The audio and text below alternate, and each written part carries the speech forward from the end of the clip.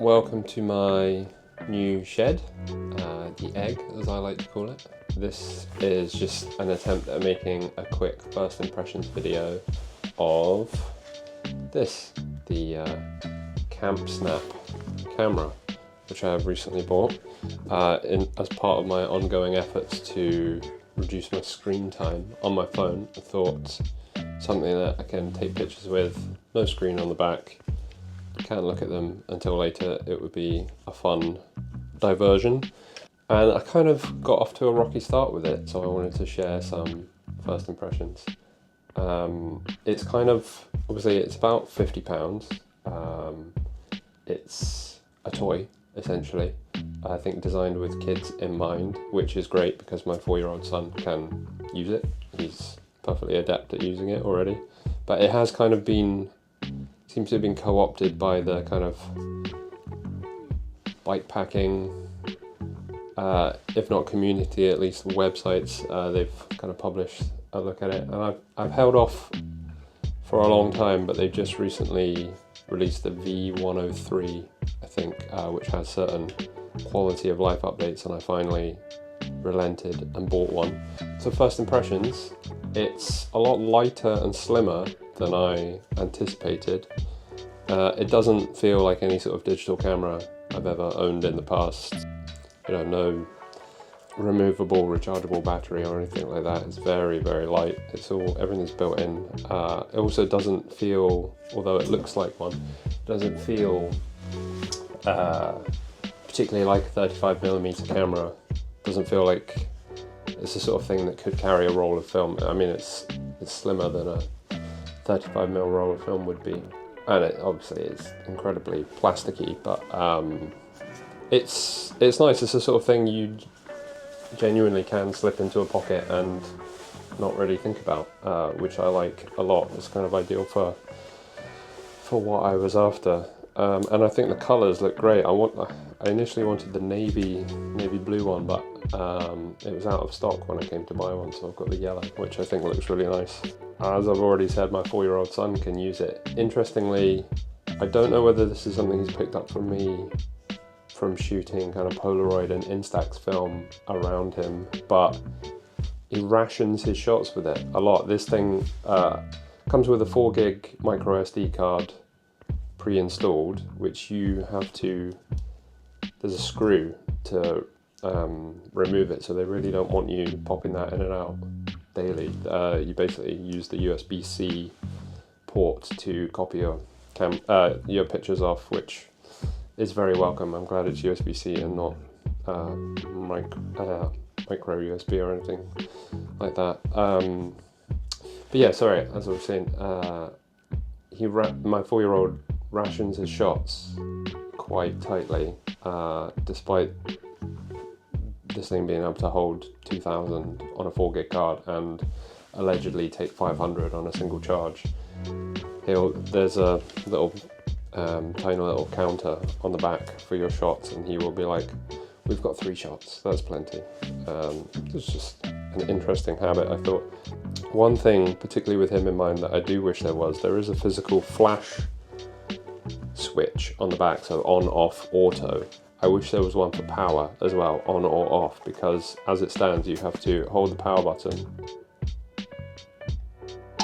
for a couple of seconds and then it turns on, and then same button to take pictures. I just wish there was a physical switch for on and off, because also turning it off sounds like you've taken a photo but you're still holding the button, and then it turns off. There is a little bit of lag on the shutter button.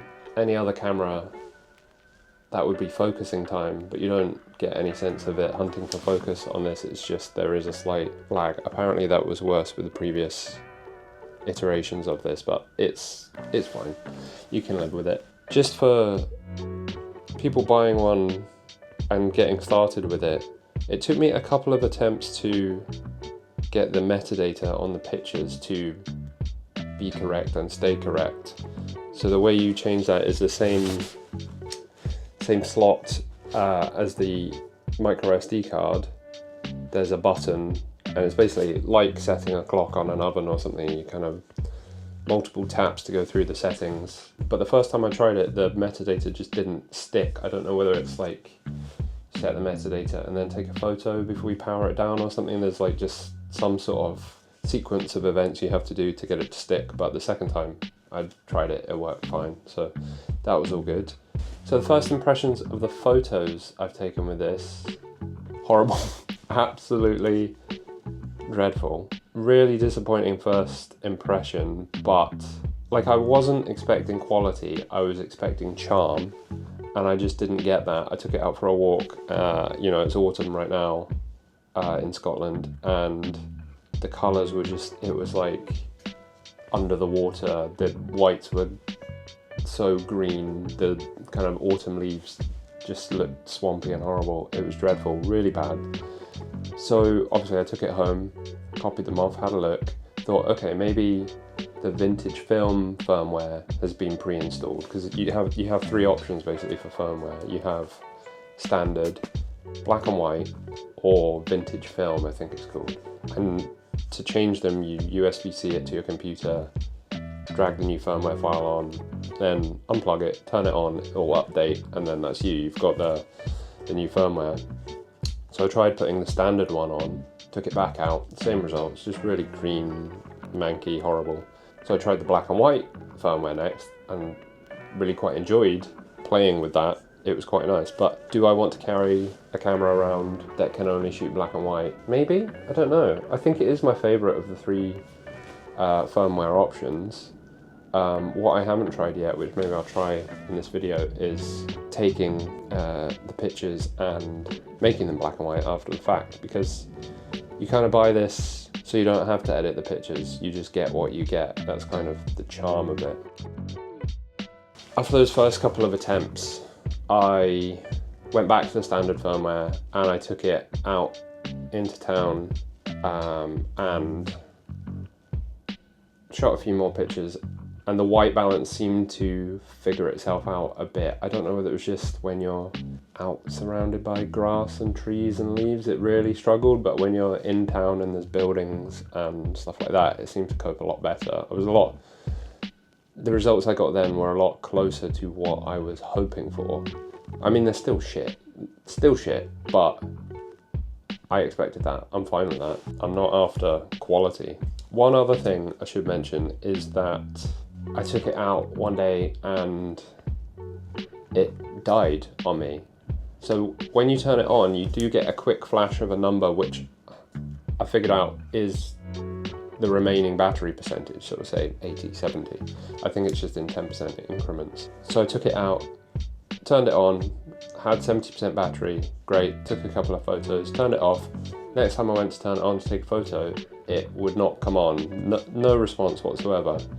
And I took it home thinking the battery had died. Maybe I'd left it on in my pocket or something, which I don't think was the case.